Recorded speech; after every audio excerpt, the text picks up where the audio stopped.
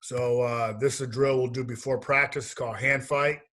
And what I did is I went and invested in some of those boxing mitts. I forget what they're called. I just call them boxing mitts.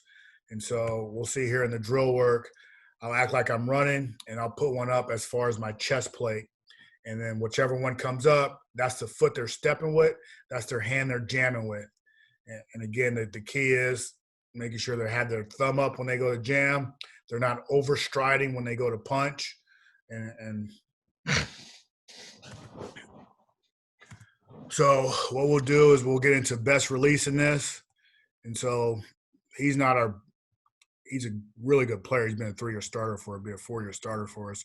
I don't like his jam though here. He has a tendency to swipe. Like you see how his hands coming up and down instead of out and forceful. He has a tendency to do that. But I do like how his left foot is in the ground. He's stepping vertically with that right foot at the receiver, and he's getting hand on the chest plate.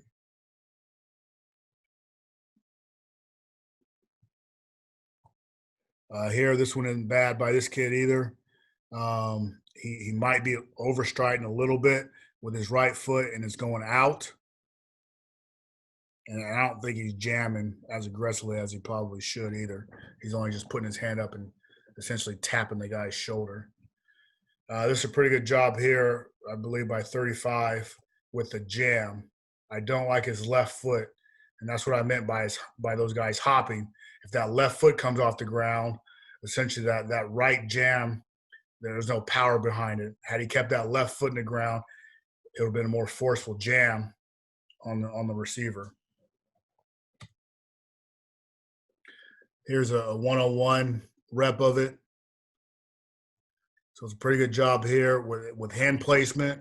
You can see the receiver's shoulders go back. So he's resetting the release of that receiver, widening the release of that receiver. And like I said before, now it's just playing football. So if the tempo of the receiver is not vertical and fast, it may turn into him sliding.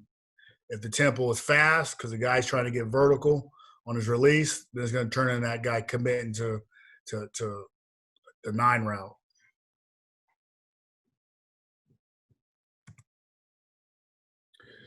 Here's another good rep of it here. He does a really good job here with his left foot, keeping it in the ground. And as you can see, it causes the receiver to fall on his release.